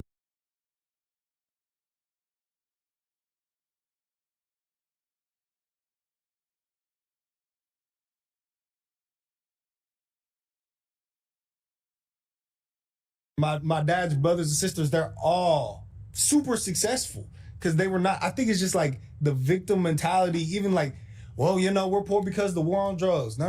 I think it's like the very first question you ask, like with the Filipinos and the blacks, it boils down to culture. The things we accept, the things we do not call out. You know, if you go like us and call out bad behavior from the black community, black fatigue, if you call it that, Yeah. oh, well, you're wrong. Well, I don't care. I don't think it's as condone simple this. as this, and this will someone, if we weren't having an authentic conversation, would say this is racist. I think that African migrants coming here, the naivete that they don't know that there's a crutch they can use. Yeah. They're coming here from poverty, like, I better make it. Yeah. They're not, no one said, like, hey, you could just say that drugs destroyed your community. Like, what? I actually have a family that I'm bringing over to support. Yes. You know, so it's much more similar to Yes. Filipino Americans, Yes. Korean Americans, Japanese Yeah. Americans, people leaving, you know, Cuban Americans. They're fleeing persecution. They're fleeing poverty. Yes. They're not looking for a crutch. They're looking Yes. for opportunity.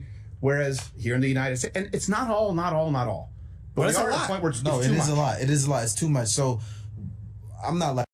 Ain't these the same motherfuckers that they say using all the food stamps and shit? Ain't these the same motherfuckers that say they come over here and get on all of the Medicaid and use the benefits? Y'all see how when the conversation change, the narrative changes, the conversation changes. These are the same people that they say come over here and use up all the Medicaid and benefits. These are the same people that they say come over here and are scammers with the fake fucking daycares and all of this shit, bro. This is crazy, bro. This is crazy, bro.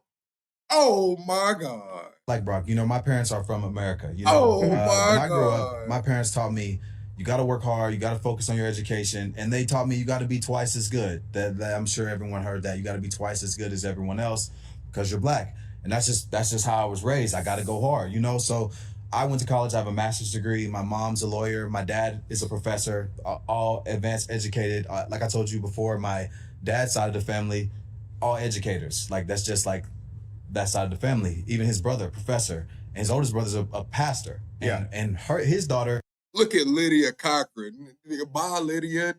Your overprivileged ass. You talking about I'm leaving because you don't get it. Bye. Shit. Just graduated doctoral school. She's an MD. She's an actual doctor. She's a pharmacist. So on my dad's side, like we're big on education, like big family unit. I didn't have any riffraff in my family directly. Like nobody was thugging in the streets, none of that. And on my mom's side, my mom is my It's mom. your family's culture. Yeah, and on my mom's side, my mom was adopted. I didn't learn that till later in life. I was surprised to learn that. But my mom was adopted. Her dad, my grandpa, wasn't really in her life, and my mom still made it. Like she went to school, Oklahoma State, graduated in finance. Then she put herself through law school. Why they had my brother and she graduated, and they lived in Kansas for a little bit, and my dad was in working in Oklahoma, and they made it work. You know, they moved to Kansas, they made it work. So like I never had like riffraff or like any bad examples around me. Like so I guess it really just boils down to, there are enough of people like you in this room speaking out, because that's what's going to need to happen, right? Because it's kind of like with feminists, like, no uterus, no opinion. It's like, okay, so I can't talk about it. As a white man, we're not allowed. It's like, well, you don't understand. But there aren't enough people with your perspective where that's what's needed for a paradigm shift in the culture. I mean, you talk about the barbershop thing. I will tell you, that was a turning point in my life, because this was a barbershop. I've done black and white and the gray issues many times. I've also done Change My Mind. So I've sat down with, there was one girl who supported affirmative action. She was at UT. And I remember it broke my heart. She said, well, without affirmative action, I wouldn't be here. I said, well, what are your SATs? And they were very, impressive, or GPA. I said, that's so sad to me that you think you needed affirmative action to, like, you're qualified. You should be here. And you could see it was the first time anyone had told her that. So I've had these conversations, and that's what inspired Black and White and the Gray. Just go into a black area and talk with people. I did it with this barbershop, established a good rapport. I knew they understood that I was acting in good faith. And when I went back, the moment it changed was not changed. And what I mean is, your mind switched. I just was like, okay, there's a huge percentage of black Americans who have no interest in being convinced. I said, well, wait a second. Oh, for sure. I said, what if there was video footage of Donald Trump? Because they were saying, praise white supremacists. I said, what if there was video footage that I could show of Donald Trump saying, I'm not saying white supremacists or neo-Nazis who I'm condemning totally. Okay, what if they go, well, I ain't seen it. And I realized, I was like, gonna go to my phone. And I realized, you know what? It wouldn't fucking matter. It wouldn't matter. They would just move the goalposts, and that was when the fatigue you can see on my face. I'm like, this doesn't matter. So if you're going to label him a white supremacist, it's the clearest example of him saying, I'm not saying neo-Nazis and white supremacists. Then none of us have a shot. That's true. I was gonna say, for me, it's kind of hard to like give people excuses, because you know what Ben Harvard looked like. My mama came from Ben Harvard, didn't have a daddy. None of that. And I witnessed her have her own company building in the military. She was a company commander. So it's like, to me, it's like, if she able to do it, my auntie got her master's degree, why can't I not do it? Yeah. And they had less than me. They had way more less than I had. Oh, man. And I love that point you had. Our ancestors, our older generation had less opportunity. Like, really break this down. Slide. Like, we not gonna act like they not firing all the highest ranking black military members. We not gonna act like her ass might have been on the way to fuck up out that office. This is a question I see when I see people say, oh, I hate America, America's bad, da da da. Where else in the world are black people exposed to this much opportunity to have this much success? Where? And then the response to that is, well, not everybody. It's like, well, not everybody's taking advantage. Right. It's like if you look at these black scholarships that are offered at university, it's the black immigrants that are taking advantage of it. Right. I remember when I was in grad school in Louisiana, they came to I was a GA. By the way, if you want to need a relight, I can see it's kind of going out. Oh, yeah, I was waiting on that. So when I was in college and grad school in Louisiana, when I started doing YouTube with the guys, when I remember there was a point when I was in my office and a lady came in, she's like, you guys applying for scholarships. And I was like, I didn't even know there was a thing, but we go to school for free. I was like, but we're GAs, like we don't really need it. She's like, yeah, but there's black scholarship money that just sits there. If you just apply, you're going to get it. No one takes this money. I remember I was working as a GA, you work with the head of the department. I'm listening to them talk about how there's just money just sitting. Mm-hmm. No one takes advantage of this money. It's like, there's so much opportunity out there. You just have to go find it. I don't think that money should be there. Man. I mean, when you say this, the other thing is when you say you have to work twice as hard. No, you don't. You don't. That's why there's a Supreme Court case where Asians had to have higher SATs, higher GPAs than black Americans, and there were too many Asians in college. So they said, you know what? We're going to force you guys to outperform black Americans, and let's just play. And you know what happens? The dropout rate in college for black Americans is much higher. They get left behind because they're put in programs where they shouldn't be, because we've tried to create equity rather than equal opportunity. Yeah. And you know what happens? Animosity comes from the Asian community, because their kid worked their ass off and they're not getting in, and they see a black, and like, you'd feel the same way too, right? Yeah. If you go, wait a second, this guy Dat Fung is getting in. I know that he got 100 points lower on his SAT and his GPA was 2 points lower, and he's there because there aren't enough Asians. You'd be pissed too. That's racism. That's racism. That is real racism to me. And I think everything to me boils down to culture. Why are Asians good in school? Their culture. Facts. Why are black people doing the things it's the culture, and we don't condone it. And like you said, that's why I actually feel very passionate about what we do, because I think that's the only way to change it. We have to make like thugging and all the things, the negative connotations that black people do, we have to make that uncool. Or like right now, it's like if you're not doing those things, you're not black. We have been banished from the black community. Really? Because, Online. Yes, because Online. We're We're not not going public. That's not true either. Now, black culture is accepting of the thugging to a certain extent, but you don't get banned from the black culture just by simply not thugging. No, they're lying. Nobody banned them from the black community because they weren't thugging. What the fuck is he talking about? You guys are legit black. You're not. Well, hey, fellow black friend. No. But like it's only online. Like in the real world, I'm in a predominantly black fraternity. My dad was in it. I'm still in it. I get love. I serve at a black church. No one has a problem. Like this Makes is only some online. sense to So this shit. to me, it's like when I see this stuff, I'm like, in the real world, no one gives a shit.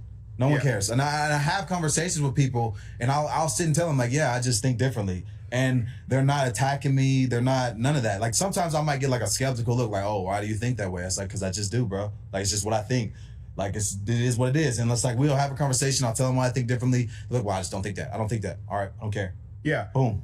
We move on. It's not the end of the world. You know what I'm saying? How do we fix it? Like, here's the I thing. don't think there's no way to fix it. That's kind of where I am too. I'm becoming hopeless on this front because people talk about social media like there's no, for example, like Johnny Carson where 30 million Americans watch it anymore. Like everything's fragmented because of digital music and people listen to their own podcasts. So people kind of silo themselves. What's up, Leo? What's up, Ivan? What's up, Top Cat and Tony? Carlos? Carlos, it did not make it today. It didn't come today. No, did he? The racial component to that, and add the component that if someone who is an outsider from your niche, from your demographic, if you make it so that they cannot voice some kind of critical thought, I don't see any way to improve it. And I will tell you, just what we see as the vernacular, the music, it's so much definitively worse where you are seeing white Americans going, I've tried, but like, we used to say, well, don't quote the empirical data on crime statistics or on poverty because, that doesn't show the whole picture. But then you can only have so many individual interactions that are negative too before you go, not all, but like we have to step this one out until enough black people step in and fix it because we can. And that's the only thing that I think will do it. Because if a white person says it, they're... See, that's the difference. Black people do roast and joke and tease. That's part of what we do. But when you say that people were straight edge and nerdy and called them white, I believe that. But they didn't identify them with the white community. They still knew that them was some niggas. They still knew that they was black. They experienced the black life. Like they knew, you hang with the white folks is probably what they would say. They never actually meant, hey, you're white. They knew it's just some niggas that, they go do their thing. They want to flat iron their hair and swoosh it to the side and shit. I mean, that's cool. You still black. Labeled as racist. And even if a black person says it, well, they're whitewashed. You know? Even if it's from someone who is, it's so then how do you fix it? It's racist, coon. So God, that's the only only thing. answer I can say is God. It's interesting to me because to turn Megan Thee Stallion into a pillar of salt. That might be- It's interesting to me because I used to believe that there was still a chance we could turn this around. We should turn this around, and it's like we don't get on there and bash negatively of like educated black people. We may disagree with what they're saying and talk about what they're saying, and we'll be like, why are you peddling this as like this is just the answer, the end all be all? And it's like, to us, it's like I'm not trying to sit around and listen to people tell other black people you can't get ahead, you need all these things to help you get ahead, all these things. It's like, well, that's bullshit. Yeah. It's like, it's bullshit. And to me, I don't like it. And I used to be very, very believing of the fact that this can turn around. And I remember Taj was always like, I don't know, bro. But as time has gone on, I really start to lose that hope because on social media, it's like, even if you say something that's rational, that's provable, that's concrete, you'll still get attacked. Well, You'll still get attacked. No, don't be. Yeah, my bad. No, that's going to become a civil rights. Like, sir, yes, sir. No, you can do whatever you want. This is not a Jamie Foxx Oscar bait. We're like, yes, master, no, man. They just interrupt. To that point, exactly what you said, right? Who thinks Stephen A. Smith is whitewashed? Nobody. But now they're turned against him. Why? Because he said Carmelo Anthony was wrong. Because because when he was training Spawn, he was punching a midget in a dick. I don't know if you've seen him hit the pads. Like, everything about that guy is fake. So As far as, I mean, but yes, they turned on him now. they turned on And he him. doesn't even like Trump. It's interesting. It's interesting because I remember when I first started watching Stephen A. Smith's podcast, he was talking about how like immigration policies are racist, and it's I like, know. oh, it's affecting Latino community. It's like, well, if we look at the statistics, the majority of illegal immigrants are Latino, are Hispanic. Of course. So it's like obviously those who look like them are going to be affected. The same way that a lot of people who commit violent crimes are black. People may assume based on my looks, I got dreads and tattoos, I'm a black guy. People say, oh, you want to be white. Nothing about me says I want to be white. Right. I have dreadlocks, I have tattoos. I identify as black. I'm as black as you can get. But it's like if I say a dissenting opinion, obviously they say, "Oh, you're pandering to whites. You want to be white. White people this and that." It's like at what point do you listen to what I'm saying and say, "Okay, he's talking down on these negative aspects of black people." People are like, "Well, you always talk bad about black people." I'm black. Yeah. Like you don't focus on white issues. I'm not white. You know who will listen Their to issues you? don't affect me. You know who will listen to you on both? White people. Yes. My only solution, like, this is going to sound horrible, and I know how this sounds, but it's the same thing with women, right? Women cannot police women. You ever get women in a group, like a women's Bible group, it becomes feminism really quickly. It's like, it doesn't mean this, but it means this. And by the way, are these apples organic? Like, bitch. so good. So good. And it's the same thing with large groups of black people. And what I mean, like, I have a neighbor. I live in an area that's actually surprisingly pretty mixed. And where I live, I love because there's no HOA, and there's a $50 HOA, and it's like voluntary. But everyone keeps their shit nice. I have neighbors who are black, and the son has been working on a Dodge Charger for like the last 8 months of the project. Nothing like perpetuating the original stereotype. But I'll walk by with my dog, Joe Lewis. He's a big old dog of Argentino, big white dog, looks like a Great Dane, and Pitbull had a baby. And I've told this story on air, and I've had people say it's racist because I do an impression of this. She's an older black lady. She's like, I see your dog. He behaves so well. I got bunnies. You bring him over. He can have a bunny buffet. Fix the problem. They're getting in my backyard. She's really nice. She's like, bring over Joe Lewis. He eat my bunnies. She's really friendly, and I may bring him over to eat her bunnies. But like, we have a good interaction. Why? Because she wants the neighborhood to be nice. Yes. Exactly. And if they were, I'm sure they probably vote Democrat, and I don't even know how all of you, I don't care.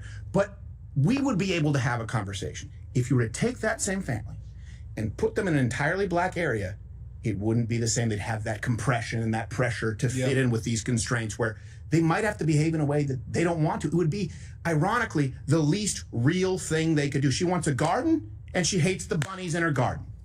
That's who she is. Yeah. But that's not a lived urban experience. Like, getting black people around other racial demographics and realizing they don't hate you, provided that you honor these social contracts. That's all people are looking for. Yeah. No, that's the best way to put it. It's like you have to agree with what the general black consensus is. That's be Democrat, be against these things, be this and that. And if you're dissenting in any way, people online specifically get super mad. In the real world, I don't think it's as bad. I think in the real world, people walk free and Like, they trying to dress this shit up, man. They telling you to come over here and act right. They act like black people don't act right. I tell y'all this shit all the time. I know some completely black towns. Everybody's black in the town, and they do all right. The police force is black. The post office is black. Everybody that works at the damn Dollar General's black. The school teachers are black. It's just a black area, and they do all right. They do pretty good. It's not violent. People have gardens. People hunt. People fish. People do shit. Like, what are we talking about?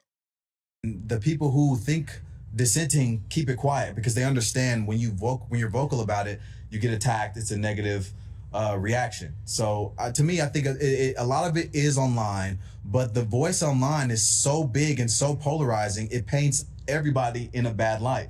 And it's like, I've seen so many videos of black people like, this is so simple, guys. You can't bring a knife to school and stab someone. And if that happened to one of my family members, I'd want that kid to go away. Oh, you're coon. You're not black. He was attacked.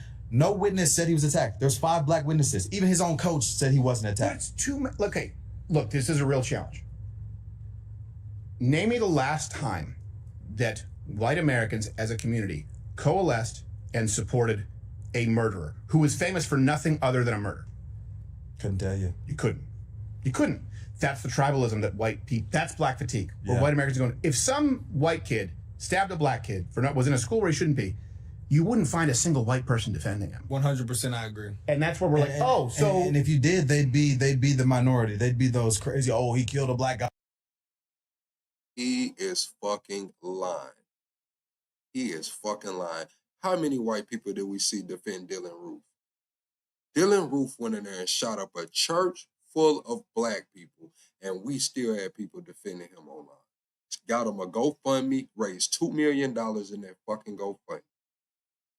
Don't give me that shit. Chud the Builder, case in point. Chud the Builder, running around, yelling hardy to everybody, smokes a nigga outside of the courthouse. Same thing. People are still screaming free Chud the Builder. He's lying. He's lying.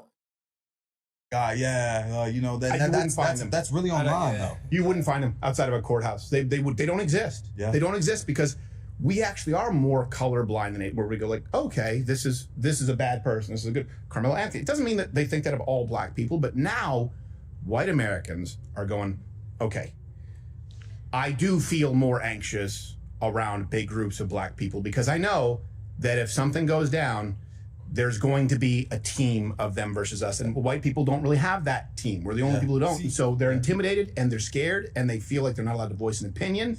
You go to a water park and someone skips the line. If it's a white person, you go, hey, get the fuck out of here. If it's a black person, you go, oh, I don't want to have a hail of fists descend upon me. No, but that's real. And also, just to be honest, we feel the same way. If you go to any black party that's all black and there's a flyer, No police Probably officer. gonna be bad. it's gonna be. Like, we have witnessed some crazy things. absolutely. Gentlemen, is everything all right? Yeah. Good. Yeah. Yeah, no problem. Okay, very Good good. discussion, Sam. Oh, sorry. Yeah, you don't go. Well, I hope I haven't said anything to offend you, gentlemen. What have you said? You just asked if everything was all right. I'm terribly sorry. Boys, men, gentlemen, brothers. Oh my God. You're good, bro. Just get out. Yeah, you just But gotta leave, if man. you guys need a safe space, you can use my office. I can have a blacks only space for you guys. I am so if you sorry. wish, or, I'm offended.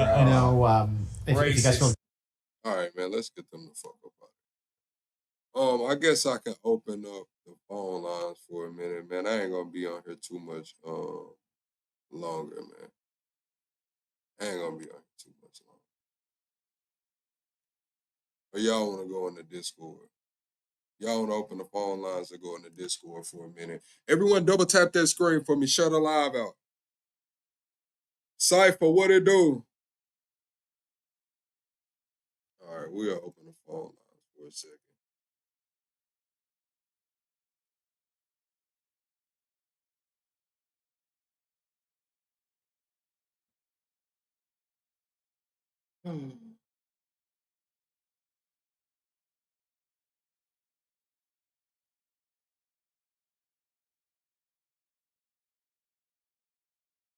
All right, we got the phone lines open, chat.